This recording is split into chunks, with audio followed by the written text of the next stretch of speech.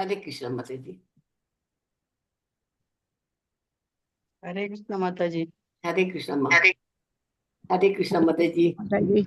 हरे कृष्णा माता जी। हरे हरे कृष्ण माता जी। हरे कृष्ण माता जी। हरे प्रणाम कृष्ण माँ। माता जी। हरे कृष्णा माता जी। हरे कृष्ण माता हरे जी। कृष्ण। प्रणाम माता जी।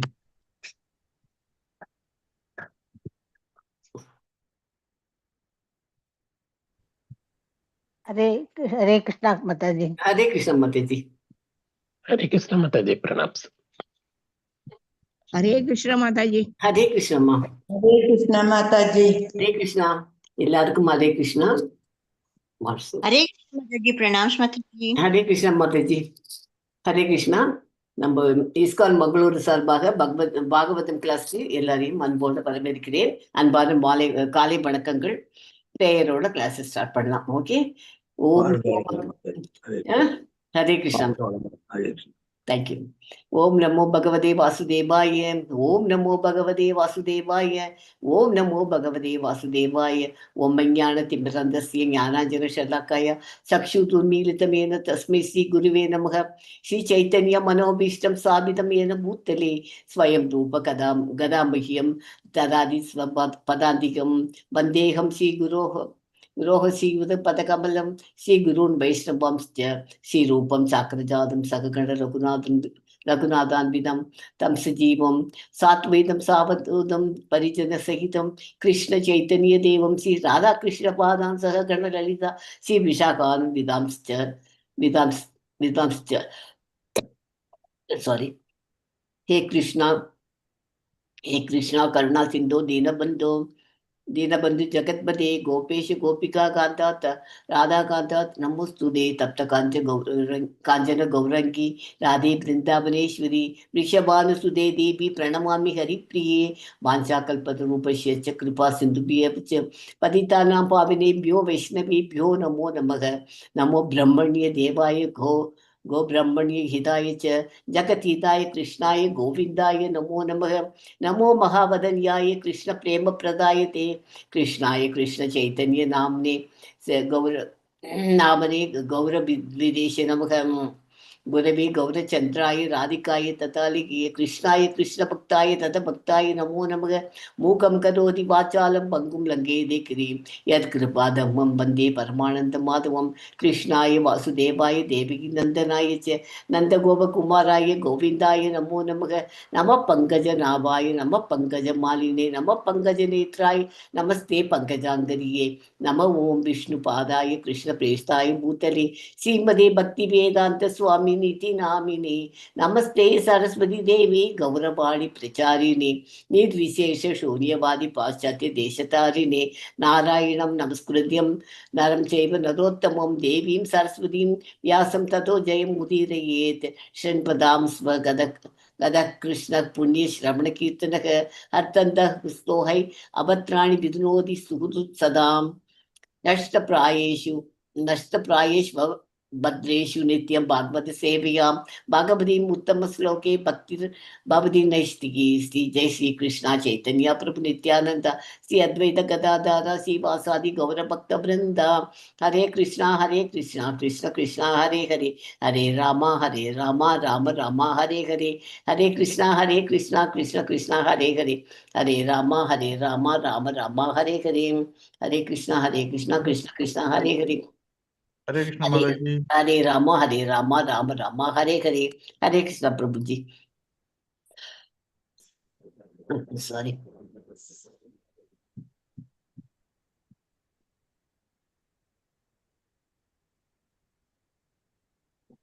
सॉरी.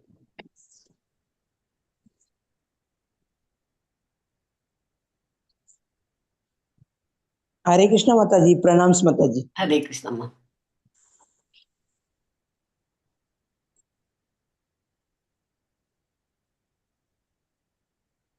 ஹரே கிருஷ்ணா. இன்னைக்கு வந்து நேத்தி வரைக்கும் இந்த 29th ஒரு நிமிஷம் போச்சு.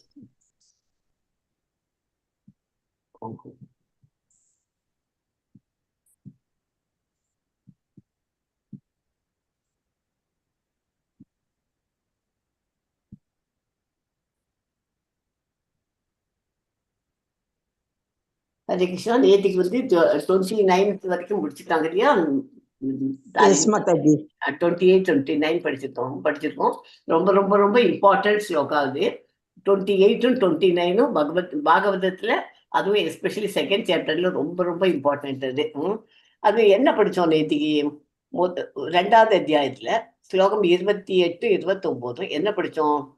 அதுல எல்லாம் வேத சாஸ்திரங்கள், யாகங்கள், யோக முறைகள், கர்ம காரியங்கள், ஞானம், தவம் மற்றும் தர்மம் ஆகியவற்றை ஒரே இறுதி, அது எல்லாத்தையும் பண்ணிட்டு இதுல நமக்கு ஒரே இறுதி இலக்கு என்ன? நமக்கு பரமபுருஷ பகவான் வாசுதேவரை அடையணும். அதுதான் அதுதான் நமக்கு நேத்திக்கு படிச்சு ரொம்ப ரொம்ப ரொம்ப இம்பார்ட்டன்ட் ஸ்லோகா ஹரே கிருஷ்ணா. 28, 29. ஓகே.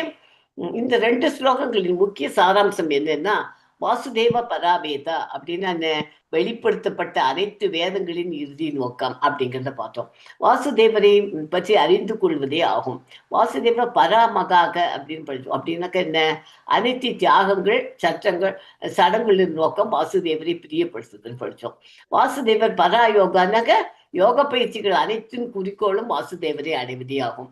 வாசுதேவ பராக்கிரியாகனாக்க பலன் தரும் செயல்கள், அதாவது கர்மங்கள் அப்படின்னு அதையும் பார்த்தோம். சாரி, இது எல்லாம் இறுதியில கடைசியில என்னத்துக்கு இருக்கணும்? எல்லாம் அவரிடம் செலுத்தப்பட வேண்டும். வாசுதேவ பரம் ஞானம், உயர்ந்த அறிவு என்பது வாசுதேவரை பற்றிய அறிவே ஆகும். வாசுதேவ பரம் தப அப்படின்னா அனைத்தும் கடுமையான தபங்களின் நோக்கம் வாசுதேவரை அறிந்து கொள்வது ஆகும். வாசுதேவ பரோ தர்ம அப்படின்னா மிக உயர்ந்த தர்மம் அல்லது மதம் என்பது வாசுதேவருக்கு அப்படின்னா என்ன முக்கியமானது? பக்தி தொண்டு செய்வதே ஆகும். வாசுதேவ பராகதினா வாழ்க்கையின் இறுதி இலக்கு. அதெல்லாம் நேற்றுக்கு ரொம்ப ரொம்ப இம்பார்ட்டண்டா அந்த ஸ்லோகத்தை படிச்சோம். அவரை அறிந்து கொள்வதற்கும் அவரை அடைவதற்கும் மட்டுமே பயன்பட வேண்டும். நம்ம பண்ற காரியங்கள்லாம் அதுக்குதான் இதுங்கணும் அப்படின்னு ரொம்ப இம்பார்ட்டண்டா வலியுறுத்தி நேற்றுக்கு. இன்னைக்கு 30, 31 படிக்கலாம். இந்த ஸ்லோகத்துல என்ன சொல்றார் கிருஷ்ணர்? பிரபஞ்சம் முழுசும் எல்லாம் இயற்கையில் எல்லாம் அவருடைய ஆழ்ந்த ஆத்ம மாயை எனப்படும் தனது தனிப்பட்ட சக்தியாலும் ஈர்க்கும் மற்றும் எதிர்மறை சக்திகளால் எதிர்மறை சக்திகள்னா என்ன? சத் அசத் அந்த இதுல உருவாக்கப்பட்டதாகும். இயற்கை மற்றும் பொருள்கள் அனைத்து வடிவங்களும் பரம்பரையாக நேரடியாக திருமூர்த்தி பகவானால் உருவாக்கப்பட்டவை அப்படின்னு சொல்லப்பட்டிருக்கு இந்த ஸ்லோகத்துல. இது பிரபஞ்சம் உருவாக்கம் எந்த ஒரு, அதாவது இம்பர்சனல் பிரின்சிபல் அல்ல. அதாவது இது ஒரு வியத்தகு அஞ்சலான தனி மனித உருவான கடவுளின் செயல்பாடாகும் அப்படிங்கிறத விளக்கி சொல்றது. 30வது ஸ்லோகம் ரொம்ப சின்னதா இருக்கும் பார்த்தா, அதுல ரொம்ப இம்பார்ட்டன்ட் பாயிண்ட் ஒன்று இருக்கிறதுல. ஓகே. இது 31வது ஸ்லோகம் வந்து 3 நிலைகள், அறிவு, இயற்கை மற்றும் பொருள். இதை பற்றி பார்க்க போறோம். அவருடன் ஒரே நேரத்தை பகிர்ந்துள்ளன் என்றும் எப்போதும் தேவனுடன் இணைந்திருக்கும் என்றும் கூறுகிறார். அந்த பத்தி இந்த ஸ்லோகத்துல பகவானின் சுவாபாவிக சக்திகளால் நிரம்பியவாகும். அதாவது அவர் முதல்ல வந்து என்ன பண்ணார்? இந்த 2 ஸ்லோகத்துக்கும் மொத்தமா எடுத்து பார்த்தேன்னாக்க, சூழ்நிலையை உருவாக்குவதும் இந்த பிரபஞ்சம் உருவாக்கம் முழுவதுமாக சூழ்நிலையை உணர்ந்த பகவானின் தனிப்பட்ட சக்தியால் மட்டுமே நிகழ்கிறது. அதாவது அவரோட இம்பர்சனல் சக்தி அல்ல, இது ஒரு இம்பர்சனல் சக்தி அல்ல, அவரோட தனிப்பட்ட சக்தியால் நிகழ்கிறது. பிரபஞ்சத்தில் ஒரு முழு பராமரிப்பும் இயற்கையில் மேற்காணப்படும் இயலாமை எல்லாம் உச்ச சக்தியால் ஆண்டு கொள்ளப்பட்டுள்ளது. ஓகே. இது மொத்தமா ஒரு சுருக்கமா சொல்லணும்னாக்க, இந்த ஸ்லோகத்துல முழுமுதற் கடவுள் படைப்புக்கு முன்னால் தன் சொந்த அக ஆற்றலால், அதாவது அக ஆற்றல்னா என்ன? இதுல நம்ம வார்த்தை எப்படி சொல்லுவோம்? டெக்னிக்கல் டேர்ம் ஆத்ம மாயா. ஸ்தூல உருவான மற்றும் சூட்சும உருவாகாத இந்த பௌதிக உலகத்தை படைத்தார். அந்த பௌதிக குணங்களுக்கு அப்பாற்பட்டவர் என்றாலும் இந்த பௌதிக தோற்றங்களில் அவர் பிரவேசிப்பவராக தோன்றுகிறார். ஓகே. பகவான் தன் அக ஆற்றலின் வெளிப்பாடான பௌதிக இயற்கையின் முக்குணங்கள்னா இயற்கையில் என்ன?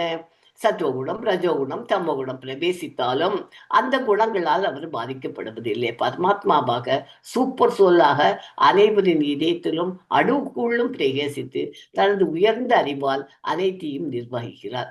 அதே சமயம் தனது இயற்கையான டிரான்சிடென்டல் நாலேஜ் அப்படின்னா உயர்நிலையான பௌதிகமற்ற நிலையில் நிலைத்திருக்கிறார். எல்லாத்தையும் பண்ணிருக்காரு. இதுக்கெல்லாம் அப்பாற்பட்டவர் கடவுள். இந்த செகண்ட் சாப்டர் டோட்டலா நம்ம என்னன்னு படிக்கிறோம்? பக்தி. பக்தி. தெய்வீக தொண்டும் எல்லாத்துக்கும் மூல காரணம் பகவான் அப்படிங்கறத படிக்கிறோம். ஓகே, பக்தியை பத்தி பக்தி பத்தி நம்ம இப்போ டெக்ஸ்ட் படிக்கலாம். ஓகே, இது நான் உங்களுக்கு ஒரு சாராம்சம் சம்மரி மாதிரி உண்டு. இது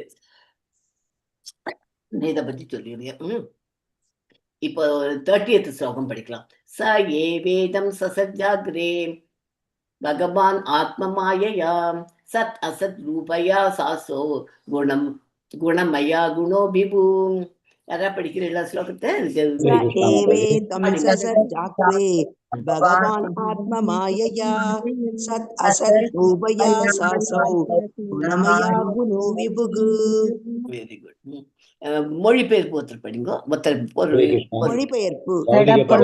படைத்த பின் பகவான் வாசுதேவன் விரிவடைந்து அதற்குள் பிரவேசிக்கிறார். அவர் ஜட இயற்கை குணங்களுக்குள் இருந்த போதிலும் படைக்கப்பட்ட ஜீவன்களுள் ஒருவராக தோன்றிய போதிலும் அவர் எப்பொழுதும் பரிபூர்ண ஞானத்தை பெற்ற உன்னத நிலையிலேயே இருக்கிறார். ஹரே கிருஷ்ணா மாதா. அது கிடையாது. பௌதிக படைப்பின் ஆரம்பத்தில் தெய்வீக நிலையில் உள்ளவரான பூர்ண முழுமுதற் கடவுள் வாசுதேவன் தம் சுய அந்தரங்க சக்தியால் காரணம் மற்றும் விளைவு எனப்படும் சக்திகளை படைத்தார். ஹரே கிருஷ்ணா மாதா. ஹரே கிருஷ்ணா. அவர் அந்த காரணம் மற்றும் விளைவு அது ரெண்டுத்தையும் நோட் பண்ணிக்கோங்க. அந்த 2 சக்திகளால தான் அவர் அந்தரங்க சக்தியால் அது ரெண்டுத்தையும் அவர் வெளிப்படுத்தி காமிக்கிறார். சக்திகளை படைத்தார். எஸ், பொருளை படிங்க. ஹரே கிருஷ்ண மாதாஜி. நான் படிக்கிறேன். உலக படைப்பிற்கு தேவையான காரணம் மற்றும் விளைவு ஆகிய இரு சக்திகளும் பகவானாலேயே படைக்கப்பட்டவை என்பதால் அவரது நிலை எப்பொழுதும் தெய்வீகமானதாகும். எனவே அவர் பௌதீக குணங்களினால் பாதிக்கப்படுவதில்லை. அவரது இருப்பு, உருவம், செயல்கள் மற்றும் உபகரணங்கள் ஆகிய அனைத்தும் ஜடப்படைப்பிற்கு முன்பே இருந்தன. அவர் முற்றிலும் ஆன்மீகமானவரும் பகவானுடைய ஆன்மீக குணங்களிலிருந்து வேறுபட்ட தன்மையை கொண்டுள்ள ஜட உலக குணங்களுடன் அவர் எவ்விதமான தொடர்பும் அற்றவரும் ஆவார். ஹரே கிருஷ்ண மாதாஜி. இதுல 2 சக்திகள். என்னென்ன 2 சக்திகள் படிச்சோம்? காரணம், விளைவு. காரணம் மற்றும் விளைவு. இந்த ஸ்லோகத்துல அது 2 ஞாபகம் வச்சுக்கோ. காரணம் மற்றும் விளைவு 2 சக்திகளும் பகவானாலேயே படைக்கப்பட்டது. அதனால எப்போதும் அது தெய்வீகமானதாகும். அதனால அவரோட நிலை எப்போதுமே தெய்வீகமானதாகும். ஓகே, பகவானுடைய ஆன்மீக குணங்களிலிருந்து வேறுபட்ட தன்மை கொண்டுள்ள ஜட உலக குணங்களுடன் அவர் எவ்விதமான தொடர்பும் அற்றவர் ஆவார். ஓகே, 31வது ஸ்லோகம். தயா விலசி தேஷ்வேஷு புரேஷு குணவானிவ அந்த பிரபிஷ்ட ஆபாதி விஞ்ஞானேன விஸ்ரும்பிதகம். யாரா படிக்கிறேன்னா? தயா விலசி தேஷ்வேஷு குணேஷு குணவானிவ அந்த பிரவிஷ்ட ஆபாதி விஞ்ஞானேன விஜృంభిதः. அதுக்கு விலசிதேஷ்வேஷு குணேஷு குணவானிவ அந்த பிரவிஷ்ட ஆபாதி விஞ்ஞானேன விஜృంభిதः. மொழிபெயர்ப்பு. ஜட பொருள்களை படைத்த பின் பகவான் வாசுதேவன் விரிவடைந்து அதற்குள் பிரவேசிக்கிறார். அவர் ஜட இயற்கை குணங்களுக்குள் இருந்த போதிலும் படைக்கப்பட்ட ஜீவன்களுள் ஒருவராக தோன்றிய போதிலும் அவர் எப்பொழுதும் பரிபூரண ஞானத்தை பெற்ற உன்னத நிலையிலேயே இருக்கிறார். ஹரே கிருஷ்ண. ஹரே கிருஷ்ண மாதாஜி. பகவான் எல்லாத்தையும் பண்ணிட்டு முதல்ல பிரபஞ்சத்தை படைச்சுட்டு அதுக்குள்ள பிரவேசிக்கிறார். எப்படி பிரவேசிக்கிறார்? அவர்கிட்ட இயற்கை குணங்களுக்குள் இருந்த போதிலும் எல்லாருக்கும் நமக்குள்ள கூடவே நம்மளோட ஒவ்வொருத்தரோட இதயத்திலும் ஆத்மாவும் இருக்கு, நம்மளோட ஆத்மாவும் உண்டு, பகவானும் இருக்கிறார். நமக்கு வந்து இப்ப என்ன நடக்குதுன்னு நமக்கு இந்த ஜென்மத்துல நடக்கிறது மாத்திரம் தான் தெரியும். ஆனா அவர் பரமாத்மாங்கிறவர் நம்ம போன ஜென்மத்துல எப்படி இருந்தோம், அதுக்கு முன்னாடி எப்படி இருந்தோம் அப்படின்னு ஒவ்வொருத்தருடைய நிலைமைகளும் அவருக்கு தெரியும். அது மாதிரிதான் அது நமக்கு நல்லாவே தெரியும். பகவத்கீதையில எப்படி அர்ஜுனனை அவர் செலக்ட் பண்ணி அர்ஜுனன் கிட்டக்கு அந்த எல்லாத்தையும் பேசி எல்லாத்தையும் பண்றதுக்கு காரணமே அவருக்கு அர்ஜுனனை பத்தி நன்றாக அறிவார். முதல்லேருந்தே அவருக்கு அவர் அர்ஜுனன்னு நல்லாவே தெரியும்.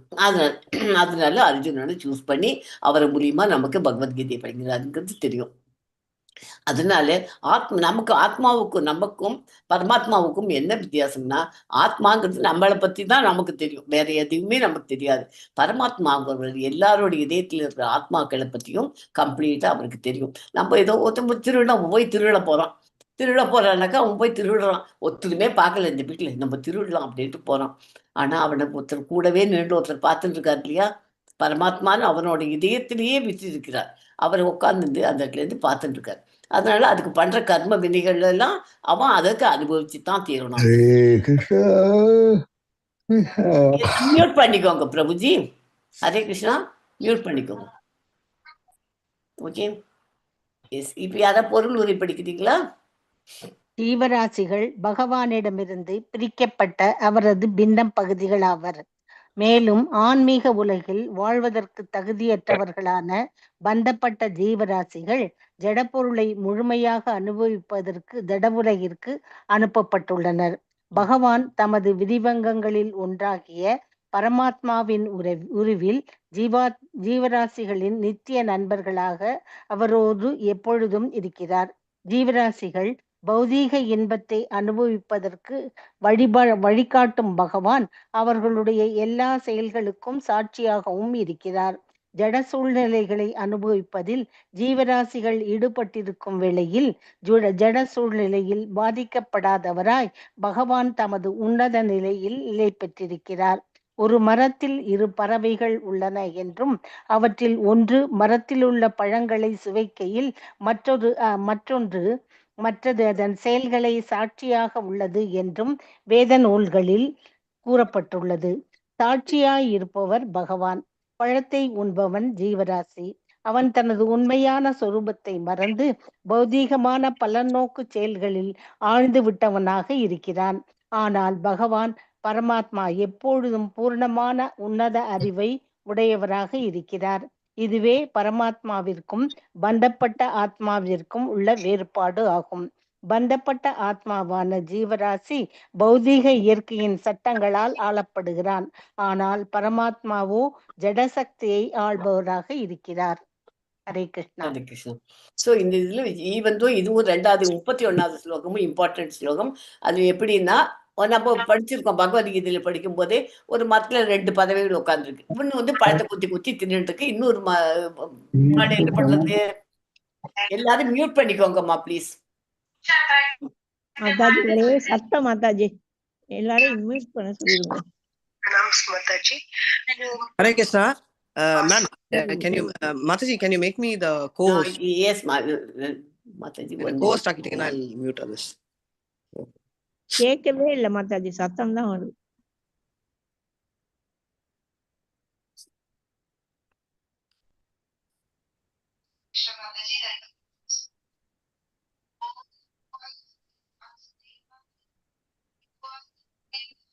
ஹரே கிருஷ்ணா. ராதிகா மாதாஜி உங்களை ஹோஸ்ட் ஆக்கிட்டேன். ஹரே கிருஷ்ணா. இந்த நோ ப்ராப்ளம் மாதாஜி, முடிஞ்சு போச்சு என்னோடது, ஆல்மோஸ்ட் முடியிற ஸ்டேஜ். நிறைய பேசிட்டே இருக்காங்க, அதனால நான் மியூட் பண்ணிடுங்க மாதாஜி ப்ளீஸ். ஹரே கிருஷ்ணா. இதுல இந்த ஸ்லோகத்துல படிக்கிறது நம்ம பகவத்கீதையெல்லாம் படிக்கும் போதே படிச்சிருக்கோம். 2 இது இருக்கு இல்லையா, 2 பேர்ட்ஸ் இருக்கு. ஒரு பேர்டு உட்காந்து பழத்தை கொத்துறதுன்னு பார்த்துருக்கோம். இன்னொன்னு கூடவே நின்றுட்டு இன்னொரு பேர்டு என்ன பண்ணும், உட்காந்து அப்படியே பார்த்துட்டே இருக்கும். இது முதல்ல உட்காந்துருக்கிறது யாரு, அந்த கொத்தி திங்கிறது தான் ஜீவாத்மா. இன்னொன்று யாரு உட்காந்து நம்மளை பார்த்துட்டு இருக்கிறது பரமாத்மா. அதனால நம்ம பண்ற ஒவ்வொரு ஆக்ஷனும் பார்க்கறதுக்கு ஒரு ஆள் கூடவே இருக்காருங்கிறது நமக்கு தெரிஞ்சிருக்கணும். அதனால நம்ம எல்லாம் எது பண்றதுனாலும் நல்லதே பண்ணணும், கெடுதல் பண்ணுறதுங்கிறது ஒவ்வொன்றுத்துக்கும் பார்த்துட்டு அதெல்லாம் நம்மளோட அக்கௌண்ட்ஸில் எழுதிக்கிட்டே வருவார். பார்த்துட்டு கடைசியில் அது எல்லாத்தையும் அந்த அக்கௌண்ட்ஸ் எல்லாம் பார்க்கறதுக்கு யார் வருவார்? நமக்கு கடைசி காலத்தில் யார் வருவார் நம்மளை பார்க்கறதுக்கு? பார்த்து அதுக்கே பகவான் வர மாட்டார். நமக்கு கடைசியில் அக்கௌண்ட்ஸ் எல்லாம் பார்த்து நம்மளுக்கு அழைச்சின்னு போறதுக்கு வரதுக்கு யார் வருவார்? அவர் மூலியமா அதை எல்லாத்தையும் சார்ட் அவுட் பண்ணிட்டு அப்புறம் நம்மளை கூட்டின்னு போவார். அதுக்கேற்ற நம்ம பண்ணின பாவ புண்ணியங்களுக்கு ஏற்ற மாதிரி தான் நம்ம எல்லாத்தையும் தண்டனையை அனுபவிச்சுட்டு அப்புறம் பிறக்க போறோமா கோலோக விருந்தாவன் போகிறோமா அப்படிங்கிறது முடிவாகும். அதனால நம்ம ஜாக்கிரதையா ஒவ்வொரு காரியத்தையும் செய்யற காரியங்கள் ஒவ்வொன்றையும் யோசனை பண்ணி காரியங்கள் செய்யணும். ஹரே கிருஷ்ணா. அதனால அந்த பாயிண்ட் ஒன்று முக்கியமான பாயிண்ட் அது.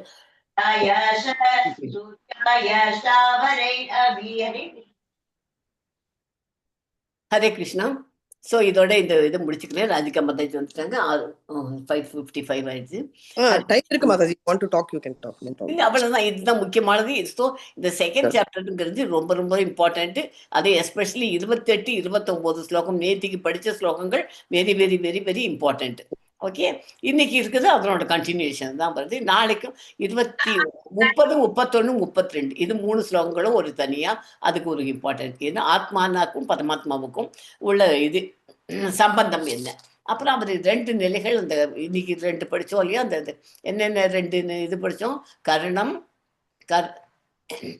கரணம் அல்லது காரணம் அல்லது விளைவு.